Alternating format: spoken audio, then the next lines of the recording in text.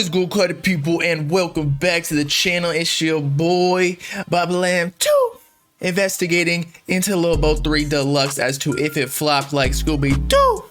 Okay, enough of the foolishness. To get right into the video, basically, the numbers for Lil Yachty's first week sales for Lil Bo 3 Deluxe, aka Lil Bo 3.5, came out yesterday, I believe. And they came out a little bit abysmal, I guess you would say. And I'm not going at Yachty. Like, this whole video is gonna be defending him, but also I want to be as objective as possible because he was in the 2016 rapper class where he's going against Uzi, 21 Savage, who also sold very well this year on their albums. Even Uzi sold like over 100K on a joint project with Future. So anyway, just to give y'all a little background on Lil Bo 3 Deluxe, if you aren't up to date, basically 2 Fridays ago on Thanksgiving night, aka Black Friday, Lil Bo dropped Lil Bo 3 Deluxe with a few features, but we'll get into that very soon. And it sold 11K first week. So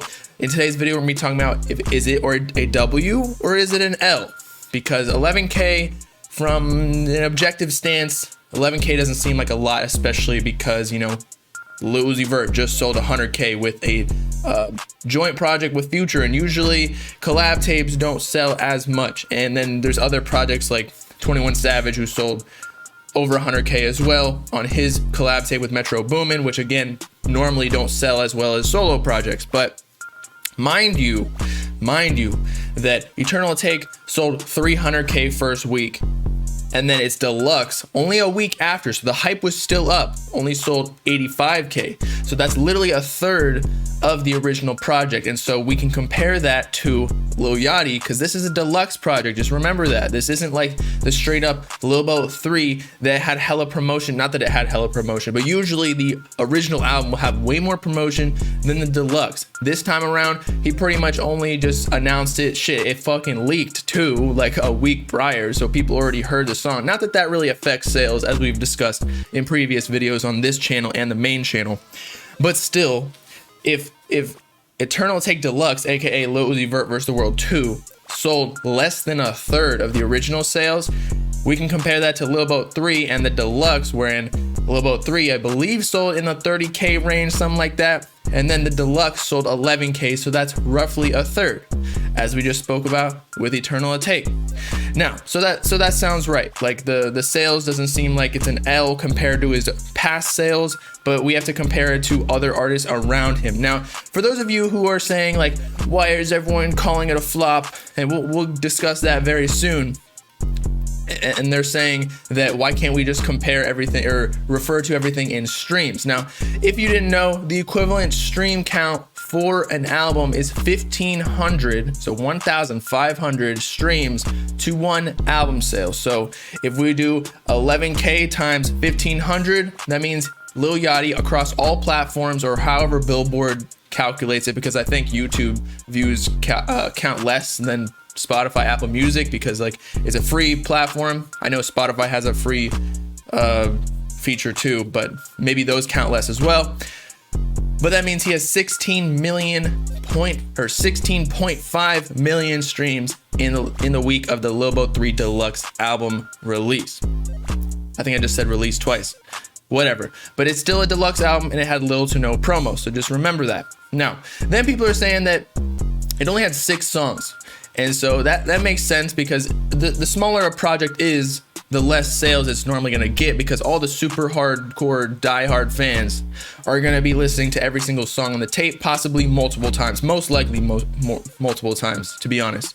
And so if the Deluxe album only has 6 songs on it, compared to say a Trippie Redd who dropped Pegasus that had like 26 songs, of course it's going to be easier to reach that 1,500 stream count per album sale, because Trippie Redd's Pegasus literally had like 3 times the amount of songs on the album. So to complete the album one time, just to stream the whole thing, you're already 3 times past Lil Bo 3 Deluxe, if that makes any sense to you. But then there are actually 8 songs on the deluxe. Now 2 of them were already released, so that's why people are saying that it's a 6-song deluxe, and those songs that they're talking about specifically are Coffin and Certified, I believe. Correct me if I'm wrong in the comments. I'm not like the biggest Lil Boat expert. You can call me on Cardi and Uzi though.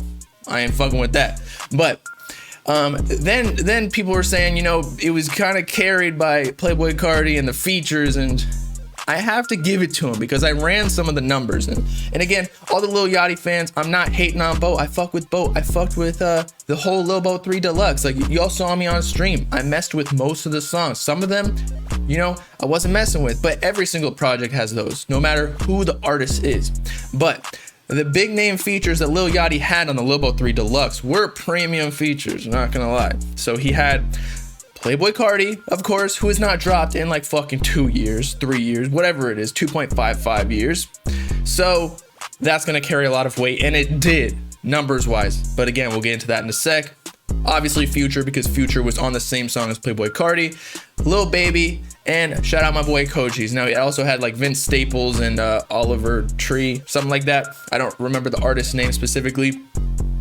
But in regards to Flex Up specifically, because this had a majority of the streams, I ran the numbers. So if Lil Yachty had in total 16.5 million streams in 1 week on Lil Boat 3 Deluxe, Flex Up on YouTube alone, the music video, we're not even talking about like the lyric video or the audio, I don't even know if he dropped one of those, had 2.7 million views. And again, it may be counted less because Billboard may not like YouTube views. I don't know, but we're just gonna count it as 1 stream, 1 view. And so that's already 2.7 million out of the 16.5 million. Then he had 3.6 million on Spotify, again on the same song Flex Up with Cardi and Future. And then I would assume something similar on Apple Music because they're pretty equivalent in size, at least in America. And the Billboard, for the Hot 100 Billboard and all of the first week sales, it's usually, I believe it's counting for only US streams. So already 3.6 times 2 is what, 7.2 plus 2.7, 9.9 million streams out of Lil Yachty's Lil Boat 3 Deluxe potentially were from only Flex Up. So that's kind of an L. Again, I'm gonna be defending Lil Yachty a little bit later. So just for now though, to be objective, 9.9 million streams out of the Lil Boat 3 Deluxe were from 1 song because of a Playboi Carti feature. Take that how you will. I know I say that every single video, but I'm just trying to give y'all evidence here. Okay, now coming to Lil Yachty's defense, because I am a Lil Boat fan. Okay, I know a lot of people think I hate on him. I'm just trying to give out facts and don't hate. So we need to accept two things. Basically, right now, we all know we're in a pandemic.